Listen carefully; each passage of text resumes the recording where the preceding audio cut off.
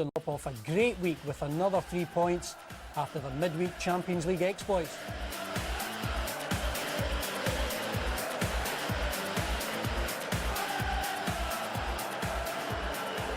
John Collins was forced into one change from Tuesday's win over Manchester United. Miller, Maloney and Jarosik replaced Snow. The referee in what was a gripping contest was Mike McCurry. Celtic, current champions, and surely champions to be again. Their lead at the top may have been cut to 12 points by Aberdeen yesterday, but it's still a huge gap. Gordon Strachan, fresh from seeing off his former manager, Sir Alex Ferguson. Lennon. Jarosik now for Nakamura. Jiri Jarosik again, promising this from Celtic, but Rob Jones scoops it away. Benjaloun, Buzalan, here's Whittaker. Sproul ahead of him, hugging that touchline. Lovely 1-2. Sproul gives it back to Stephen Whittaker, and McManus has to intervene. Whittaker's in such great form right now, and he loves doing this. He just has the freedom to go. He gets forward, and when he gets in the box, he wants a shot on target. Kevin Thompson's corner. Maloney unable to clear it, and Thompson can try again. Jarosik met it. Now Zaraski and Nakamura planning a burst into Hibs territory. Zaraski aiming to feed Miller, but Whittaker in the right place. Yeah, it was good defending from Whittaker, but Hibs will have to watch that on the counter-attack. It was 3 for 3 at one moment there. I think certainly with Kenny Miller playing up front, they really need to watch the pace. Murphy. In towards Benjaloun, who could still be with the shout here. And Sproul takes over and scores! A storming start for John Collins and for Hibs. They lead the leaders, and it's Ivan Sproul. Well, who says this lad has got no composure? An unbelievable strike from Sproul. Benjaloun doing the hard work, but look at that! Absolutely no chance for Boris. He gets a hand to it, but he's got no chance of stopping it. Look at the way he follows up here. He wants the ball. Great strike. It's been a fantastic start for Hibs, summed up by a great finish. Whittaker.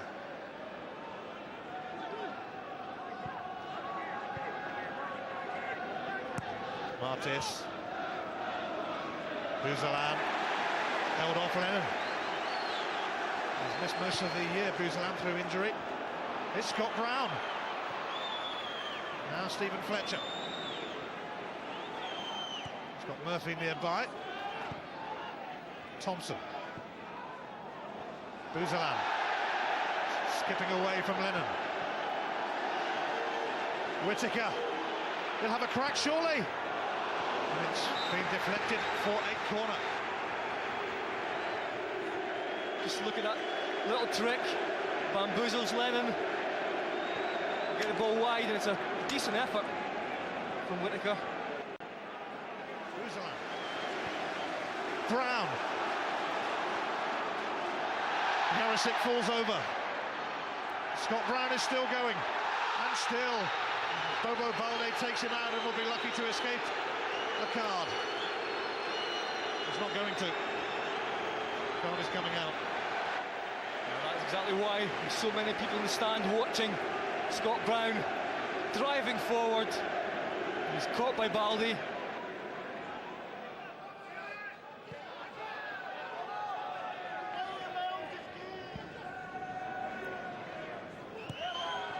Benjaloun trying to charge his way through. It's Fletcher, and it's Buzalan, and it's saved by Boris. This has got to go down as a great chance for Buzalan. It's worked well from Benjaloun forwards. The ball's cut back to Buzalan, who's picked up a good position there, but just doesn't get enough on it. Martis now for Brown. Thompson. Oh, Benjaloun is in. Just wouldn't settle for him. Now it does. Unable to keep his composure. It's just fantastic initial play from Hibs in midfield. Buzlan, Thompson, and then into Benjaloun, and he can't get it out of his feet, and then it does come out. It's a great chance.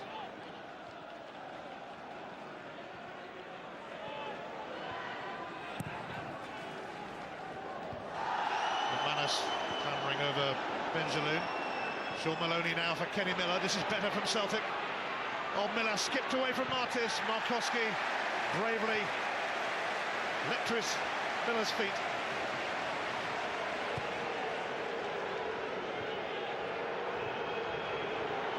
Benjaloun, and it's going to come through to Sproul. He's heading towards goal again. Crowded out this time. Yeah, I think Rowden has struggled. He may get a shout here today, you never know, but I think maybe more likely to be Stephen Pearson. He definitely has the energy to cope with Hibs. The last few seconds of an absorbing first half. It's been fast and frantic, pretty pacey.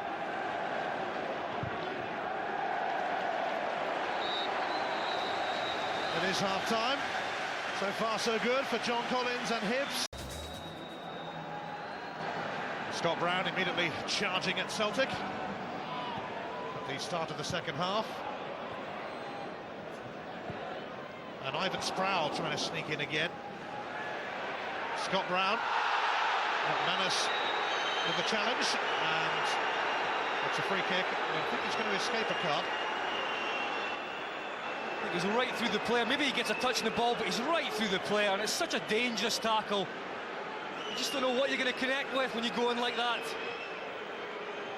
Fletcher, Thompson and Murphy standing over the free kick. It's Stephen Fletcher, and it bounces off the wall.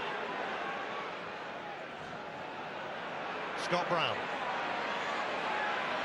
Oh, he's sneaked it across, and Bobo Balde just stopped it going any further. Yeah, it's a great interception from Bobo Balde, but another good run from Scott Brown. Maloney's off, and McGeady is on. Hasn't started too many games lately, Eddie McGeady. Not too impressed by that. 20-year-old gets a chance to impress here in the last half hour.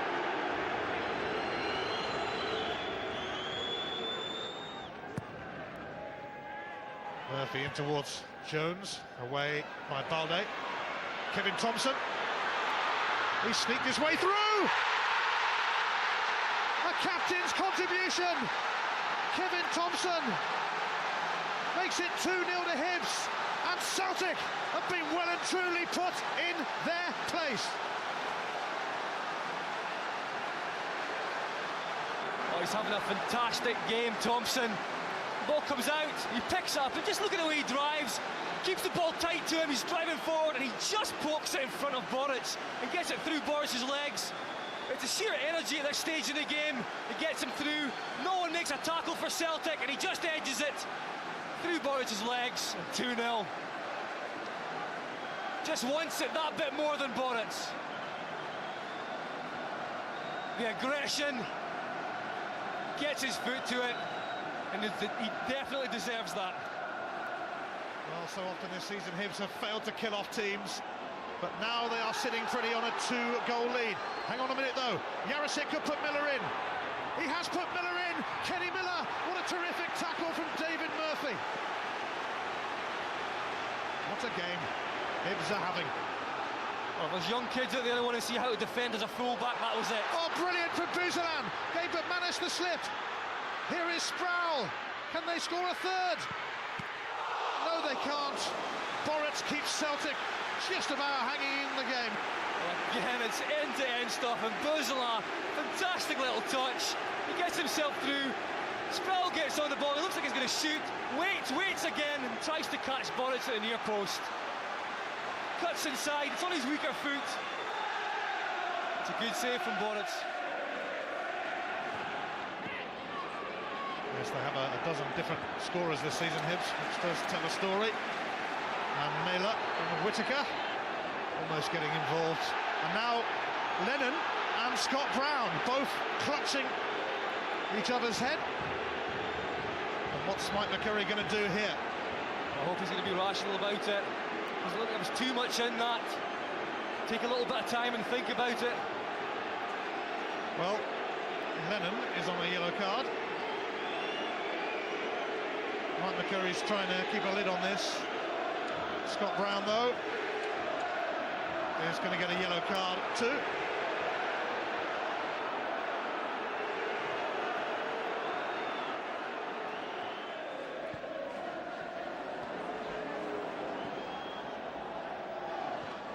Yarasek now for Miller. And Miller skips away from Whittaker. Martis dived in, and Evander Snow has got one back for Celtic. And are they going to show their powers of recovery again? Well, it's just absolutely fantastic play from Kenny Miller. He skips past Whittaker. Martis sells himself, and it's a great ball back, and a lot of composure shown from Evander Snow. But all credit to Kenny Miller. He drives wide, he gets to the byline, skips past Martis. It's a great ball back. Evander Snow sees the gaping goal, and he picks his spot, keeps it low, hits it hard, keeps his concentration.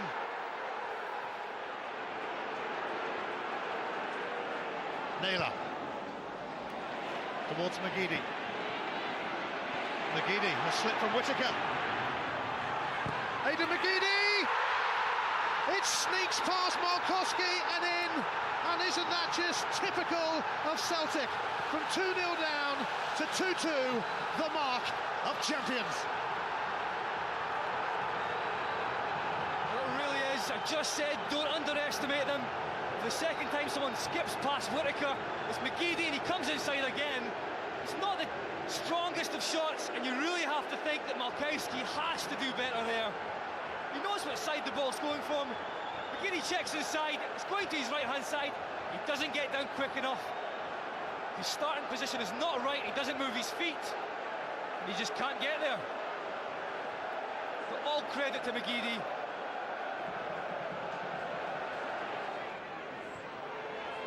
Brown centre.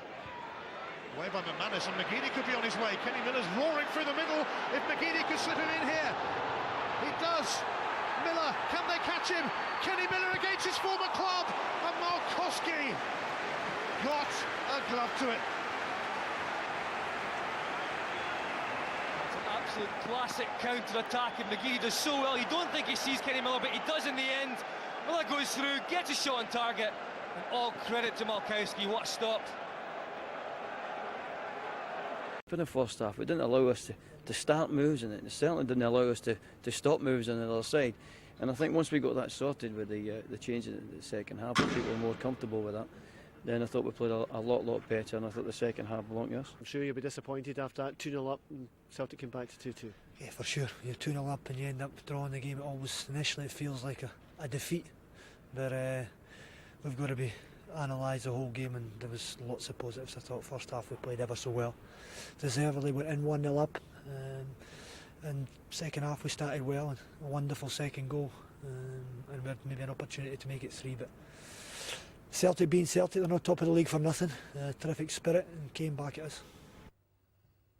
Obviously, I'm quite happy the way it's gone so far. We've managed to win 12 games in the reserves, and I made my CIS Cup debut, and I also made my SPL debut as well. So I've been quite happy with the way it's gone now, but I'm just looking to make it continue.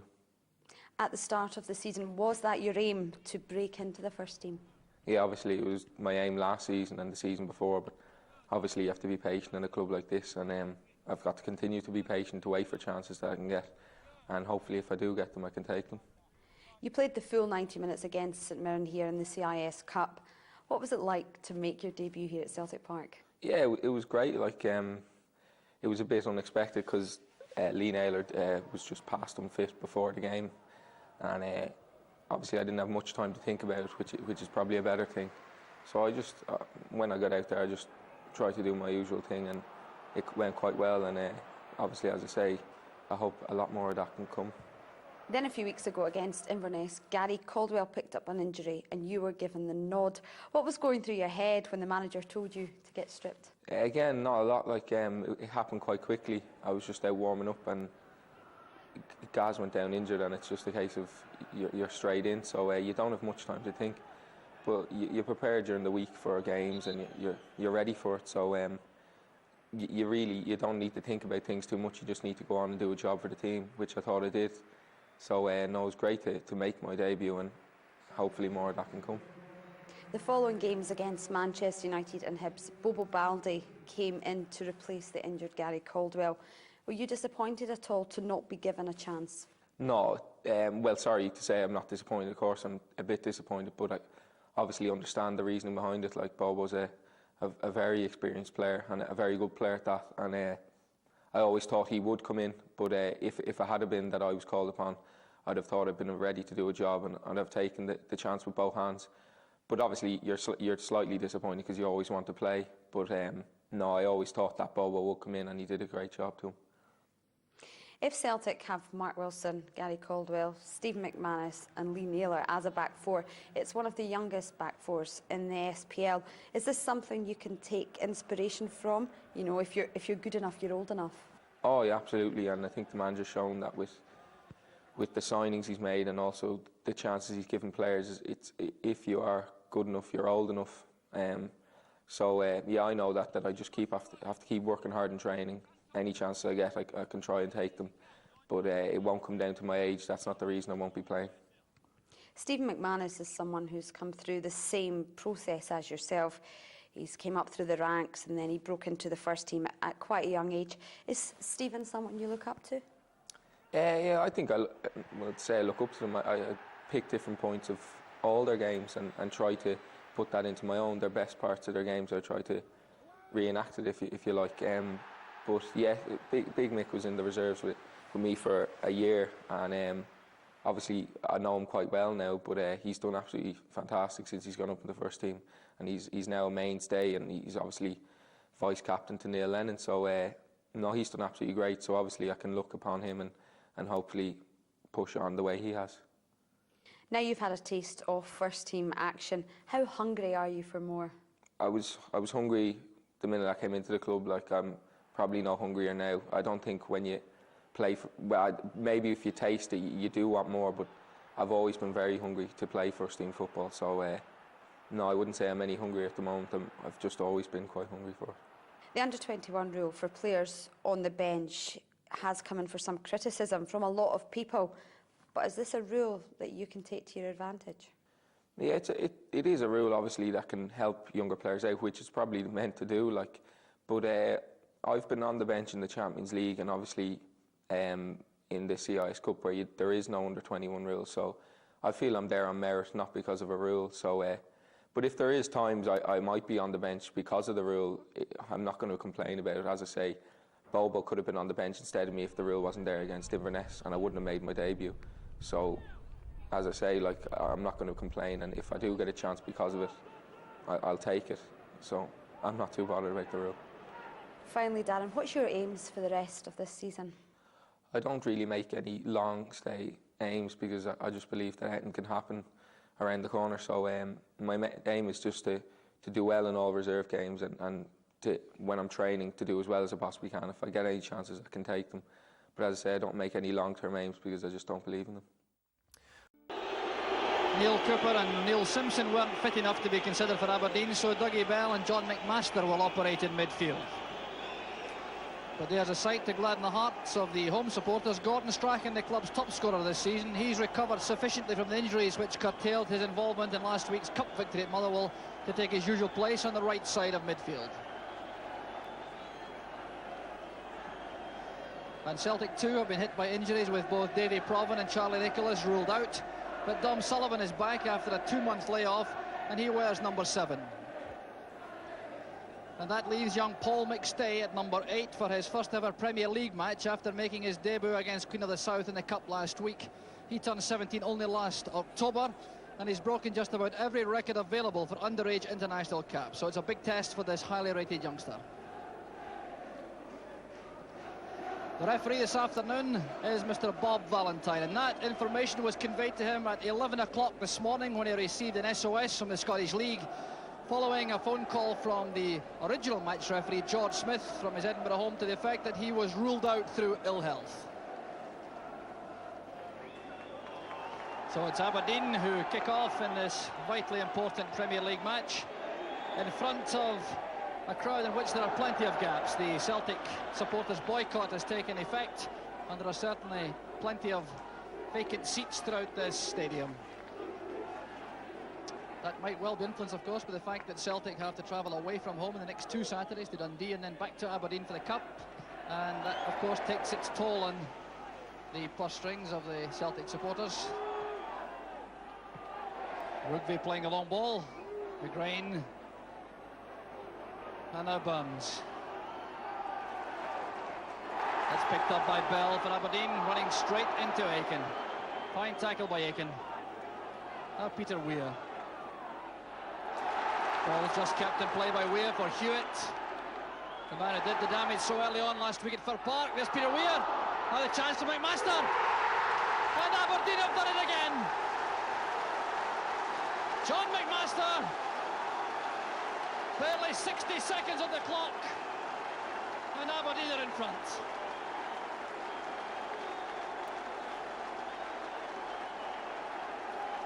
So John McMaster restored to the side in place of Neil Cooper, who's injured. Gets Aberdeen off to a dream start. It was Peter Weir on the left touchline who just managed to keep the ball in play. Played it up the line towards Hewitt. Hewitt cutting in from the left, playing it in field. Weir almost made it the first attempt. It broke to McMaster, and Pat Bonner left with no chance at all. So Burns playing it forward towards McGarvey.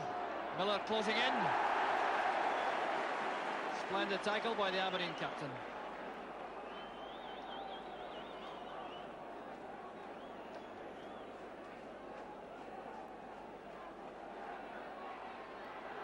Good turn from McMaster, and that's good goalkeeping by Leighton. So Frank McGarvey heading back straight away for Celtic. Fine turn and shot.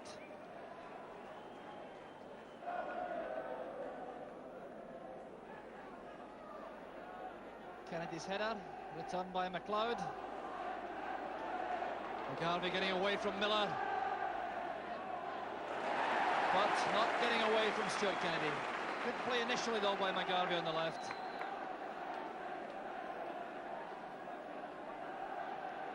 Tommy Burns. Now McCluskey trying to turn. The turn ball from McLeod. The cut back. And McGarvey misses a golden opportunity. Well, chances just don't come better than that. It was McCluskey and McLeod who worked that beautiful 1-2 to get clear on the left. Was played right into the path of McGarvey, and how he missed that, we'll never know.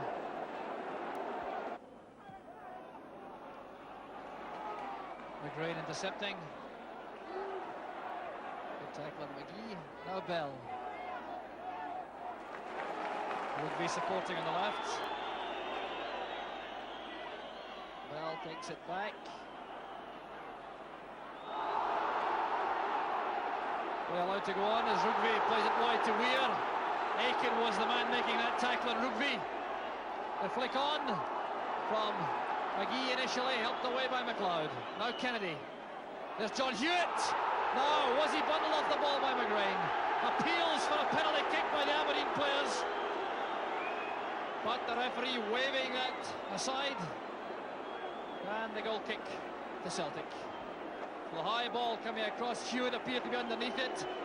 McGrain challenging fiercely. And in the eyes of the referee, challenging fairly. McStay leaving that to Sullivan. Well, I think he was looking for Reid in the overlap, but that's picked up easily by Strachan. Now Kennedy bursting forward in the overlap. Looking for McGee. And that's a splendid effort by Mark McGee. Well, he's shown lots of appetite for the game so far. Kennedy bursting clear on the right. A superb swinging cross. McGee getting to the ball first. The glancing header just going over the top. Now Sullivan again.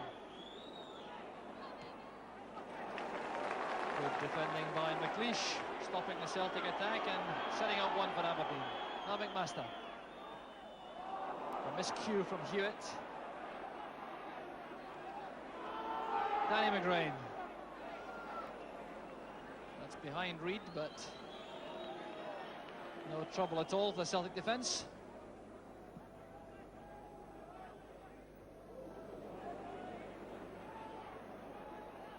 Well, McLeish won it, but the ball falling straight at the feet of Burns.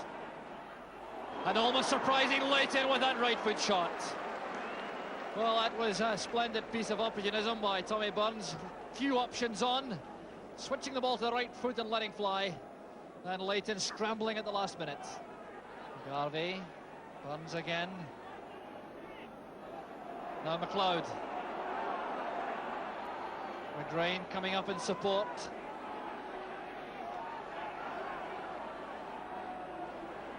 McGarvey back to McGrain. That's a great build-up from Celtic. Danny McGrain got in the goal-scoring sheet last week against Queen of the South, almost made it again, working that 1-2 with McGarvey. The shot just too direct.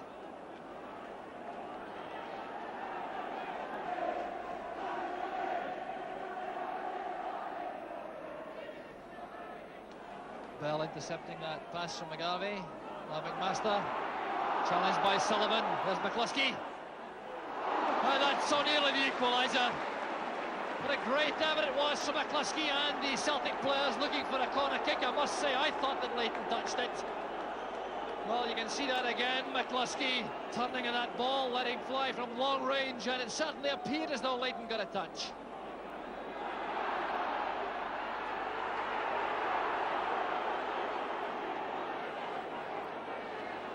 So McLeod taking the free kick quickly to Burns. Forward from McStay, looking for the return ball. The body check from McLeish. And despite his protests, that's a free kick to Celtic. So another chance for Celtic to breach the Aberdeen wall from a set piece.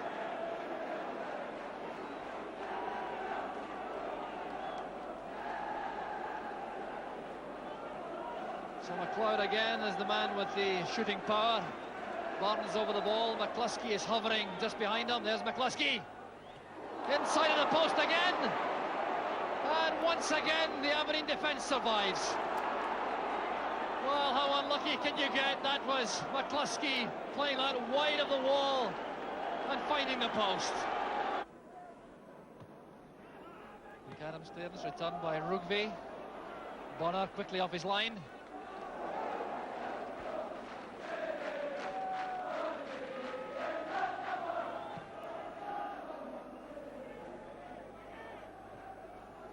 Rugby's header. McMaster to Weir, beaten by McGrain. Weir has managed to cut very little ice against Danny McGrain so far in the match. And McCluskey towards McGarvey, and that is a penalty kick. Rugby penalised. Celtic again working one of those marvellous 1-2s coming forward. Rugby leaning hard on McGarvey to prevent him reaching that, and the referee awarding the penalty kick. So Celtic have the perfect opportunity to get back in level terms. George McCluskey against Jim Leighton. This is only Celtic's fourth penalty kick of the season. McCluskey scored 2 out of 2 so far. The only miss was by Charlie Nicholas. Here's McCluskey. 1 each. And George McCluskey leaving Jim Leighton completely helpless. No chance at all as that swept high into the top right-hand corner. And that, with 28 minutes on the clock, is an equaliser which Celtic certainly cannot be grudged.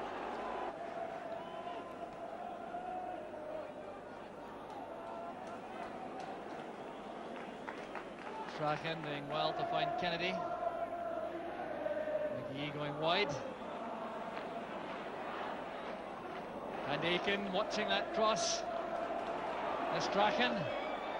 Aiken again, clearing it for Celtic. Away by McAdam. Touched on by McCluskey. McGarvey allowed to dwell on the ball. McCluskey. 1-2 with McGarvey. And that's great goalkeeping by Leighton. A very difficult ball for a goalkeeper to take, particularly in treacherous wet conditions.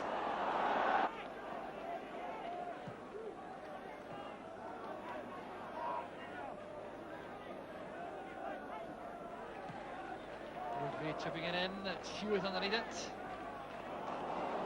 Trying, I think, to find Strachan, but Reid makes the clearance. Now Kennedy to Strachan. In towards McGee. Bonner in trouble. Greer can get to it, and it's McGrain who gets there first. No, in fact, it was Weir who touched it, and the goal kick is given. Well, that's the first time Pat Bonner has been guilty of anything resembling a mistake. Just getting underneath that high cross, and then the race between Weir and McGrain. Weir couldn't quite turn it in. Beautiful flick from McCluskey to Barnes. And McLeish forced into that rash challenge, which will make him the second Aberdeen player to be booked. Well, I must confess that appears a trifle harsh. Certainly a late challenge by McLeish, slightly misjudged. And I can't recall him being in trouble before. The yellow card for Alec McLeish, and Celtic have perhaps the last chance of the first half to take the lead from this set piece.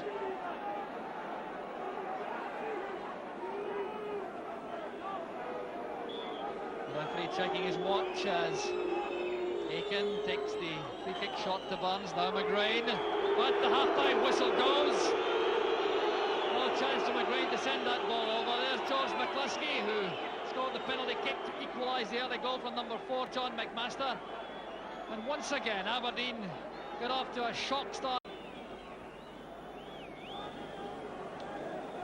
So the rain has gone off at the interval, although there's still a breeze now blowing Aberdeen's way. No changes in either lineup, and that's not really surprising after the first half struggle we witnessed. The first half struggle in which I thought that Celtic had the edge for the bulk of the time. Once the midfield settled, and particularly Tommy Burns got into gear, they carried a little more venom from that area of the field than Aberdeen.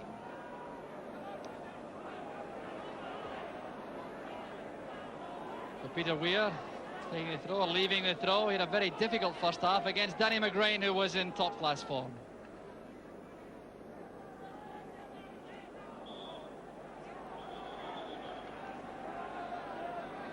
Throw to Celtic. Through to McGarvey. There's McCluskey. He's offside.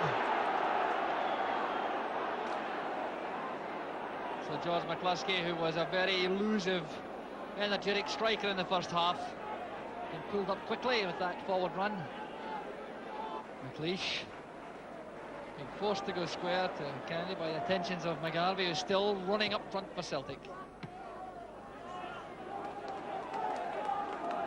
Played out by Mark Reid.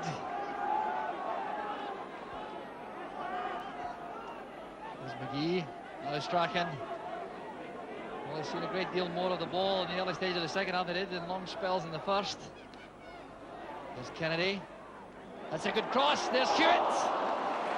And he just couldn't get over the ball for that header. And again, the menacing cross came from Stuart Kennedy on the right touchline. That swinging cross just evading Tom McAdam, and Hewitt needed another couple of inches in height to direct the ball downwards. Now Sullivan. He won't keep that in. Protesting for a corner kick. And getting a very direct answer from the far side linesman, Mr. McDonald of Perth.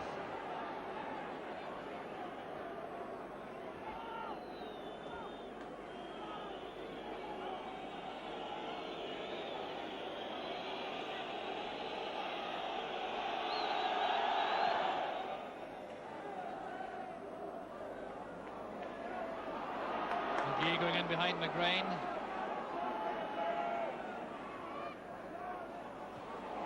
That's a miscue by Monty McLeod. Bonner at full stretch. And sorting things out for Celtic.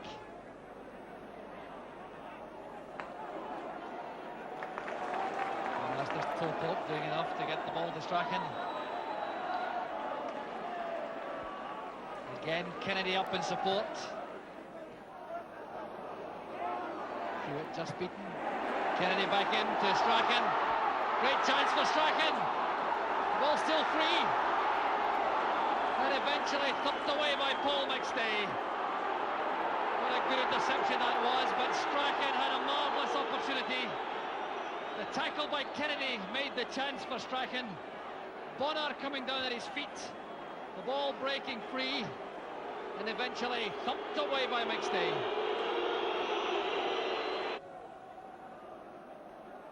Now Rugby testing the heart of the Celtic defence. Aiken's clearance just wide of McGee. Now Strachan. Aberdeen building up some momentum now. Well, this is McStrachan at his best. Just failing to hit that dead ball line. And now testing the left side of that Celtic defence.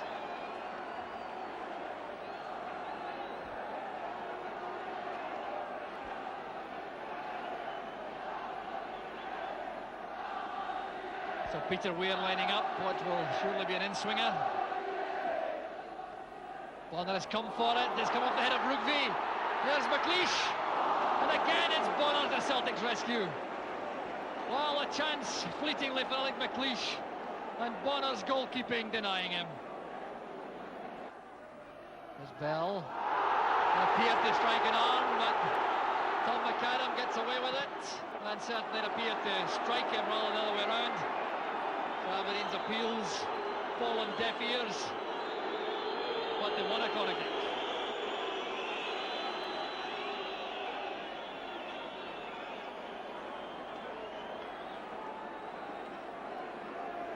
So we are switching to the right for this corner kick. The header in from Black, and Bonner right on the spot. Well, Eric Black's already shown his prowess in the air in first team matches this season, and he came very close on that occasion. This is McCluskey. Now Barnes.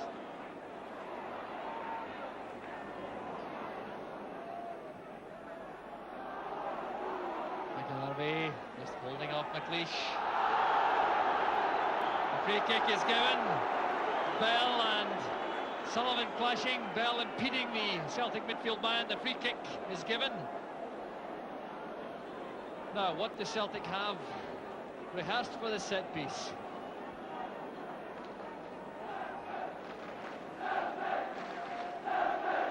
Sullivan has the ball. Four-man wall. McLeod waiting behind. There's McLeod. Deflection. And Leighton is beaten. It's Murdo McLeod who's given Celtic the lead. 27 minutes of the second half gone. And Celtic go in front.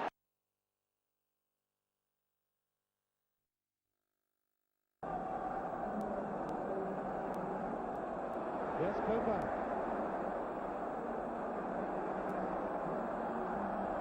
And I think a free kick to Rangers. Free kick to Rangers. Celtic can't afford to give Cooper free balls. Here's Smith. There's Jackson. The ball just going behind them, and Rangers are certainly creating some clear-cut chances for themselves. Brilliant play by McCluskey, brought it down, still has it. There's McLeod, Jackson's there. Way by Dawson, by Danny McGray. Jackson, it's loose, Burns. Jackson can't quite get to it, here's Burns.